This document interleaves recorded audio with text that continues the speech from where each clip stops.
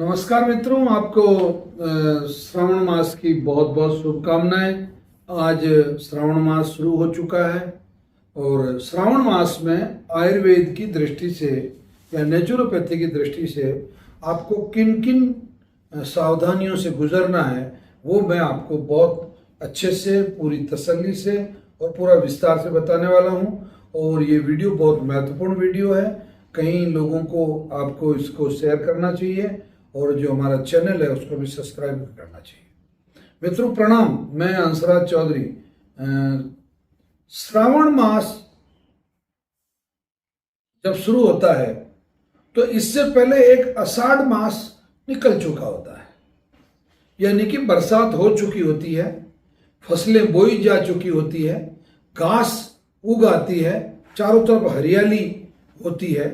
तो इस दौरान कई ऐसी सावधानियां हैं जो आपको रखनी जरूरी है। पहली जो प्रथम सावधानी है वो ये है कि इस मौसम में, श्रावण के पूरे माह में आप ताजा बना हुआ भोजन ही ग्रहण करें।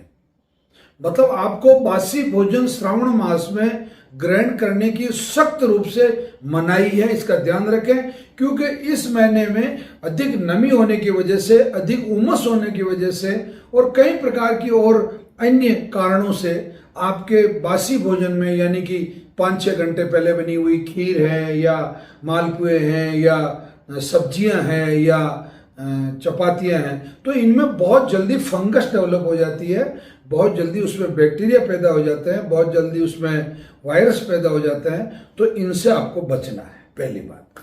दूसरा, ताजा भोजन करें।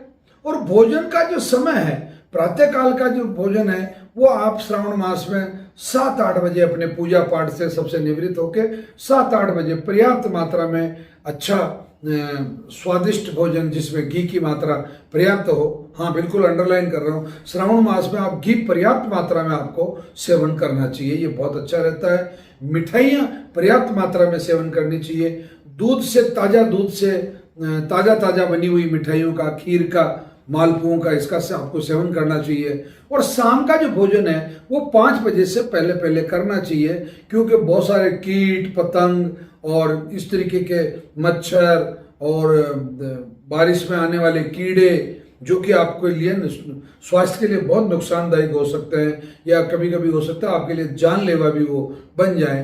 तो प्लीज़ दूसरा ये पूरा ध्यान रखें, मतलब शाम का जो भोजन है वो 5 बजे तक आप हर हालत में कर लें।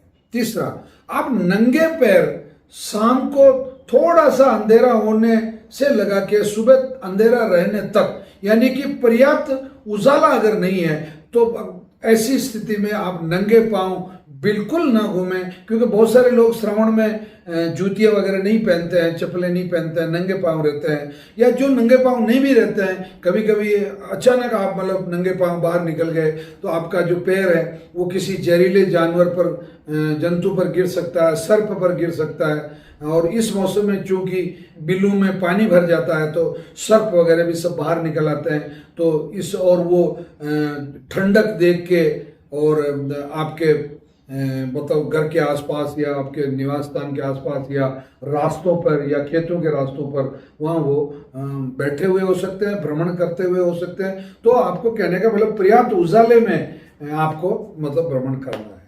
एक बहुत महत्वपूर्ण है, जैसे किडनी के रोगी हैं, कैंसर के रोगी हैं या सामान्य लोग भी हैं जो जैसे प्रतिदिन तुलसी का सेवन करते हैं या नीम गिलोय के पत्तों का जूस बनाते हैं, या कैंसर के और किडनी के रोगी जो हैं कई प्रकार के पत्तों को लाके, तो इन पत्तों को श्रावण मास में अच्छे से, वैसे तो 12 महीने धो के इस्तेमाल करना चाहिए, परंतु अभी इस मौसम में तो धोना भी है और देखना भी है कि उस पर कहीं कोई हरे कलर की कैटरपिलर तो नहीं है, मतलब लट तो नहीं है, जिसको लट बोलता जाता है, कैटरपिलर बोला जाता है, यानी कि कोई कीड़ा तो नहीं है, कोई मच्छर तो नहीं है, या कहीं किसी मक्खियों ने उस पर अंडे तो नहीं दे रखे हैं, या किसी तितली ने अंडे तो नहीं दे रखे हैं। तो ये आपके स्वास्थ्य के लिए नुकसानप्रद हो सकता है अगर आप उनका सेवन कर लेंगे या आपके जूस में वो अगर मिल जाएंगे तो आपको विशेष सावधानी रखनी है। श्रावण मास में आपको उनको अच्छे से पहले धोना भी है और अपनी नंगी आंखों से उन्हें देखना भी है, और देखने के बाद में जब आप आश्वस्त हो जाएं कि इसमें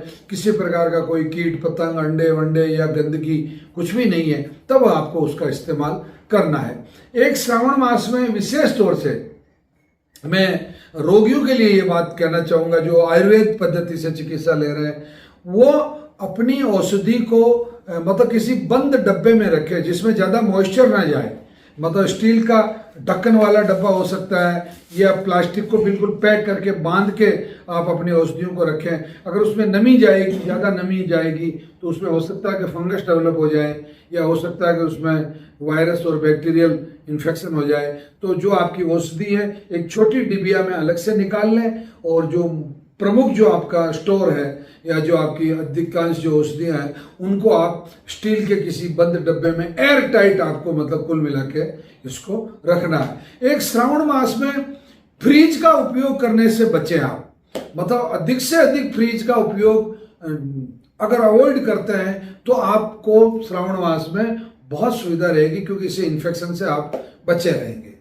एक सर्दी जुकाम श्रावण मास में होना बहुत सामान्य बात है, क्योंकि कभी अचानक बरसात आ गई, कभी अचानक मतलब गर्मी पड़ने लग गई, कभी अचानक आप पंखे में आ गए, कभी अचानक आपने एसी चालू कर लिया, कभी अचानक आपने, तो ये जो परिस्थितियां हैं, ये परिस्थितियों का सामना आपको कभी भी करना पड़ सकता है। अतः श्रावण मास में मतलब सर्दी जुकाम होना एक सामान्य बात है।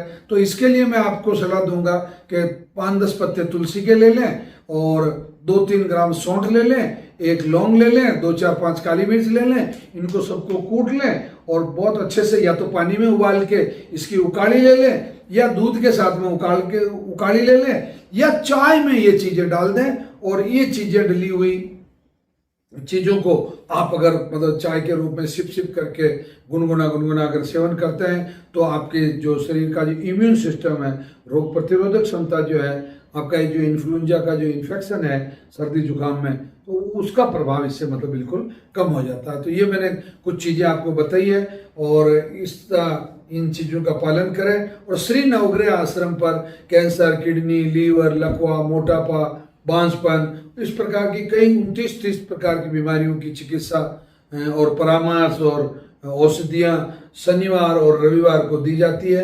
अतः आप शनिवार और रविवार को प्रातःकाल 7 बजे तक श्री नवग्रह आश्रम पर पधार जाएं, 7 बजे से पहले, और हम 11 बजे तक आपको औषधि देके निवृत्त कर देते हैं। तो मित्रों, मैं सोचता हूँ कि ये वीडियो बिल्कुल अनूठा है और हटके है और आप लोगों के लिए बहुत लाभप्रद है। प्लीज़ मतलब आप इसको फॉलो करें और इन नियमों का पालन करें। धन्यवाद, प्रणाम, जय धन्वंतरी।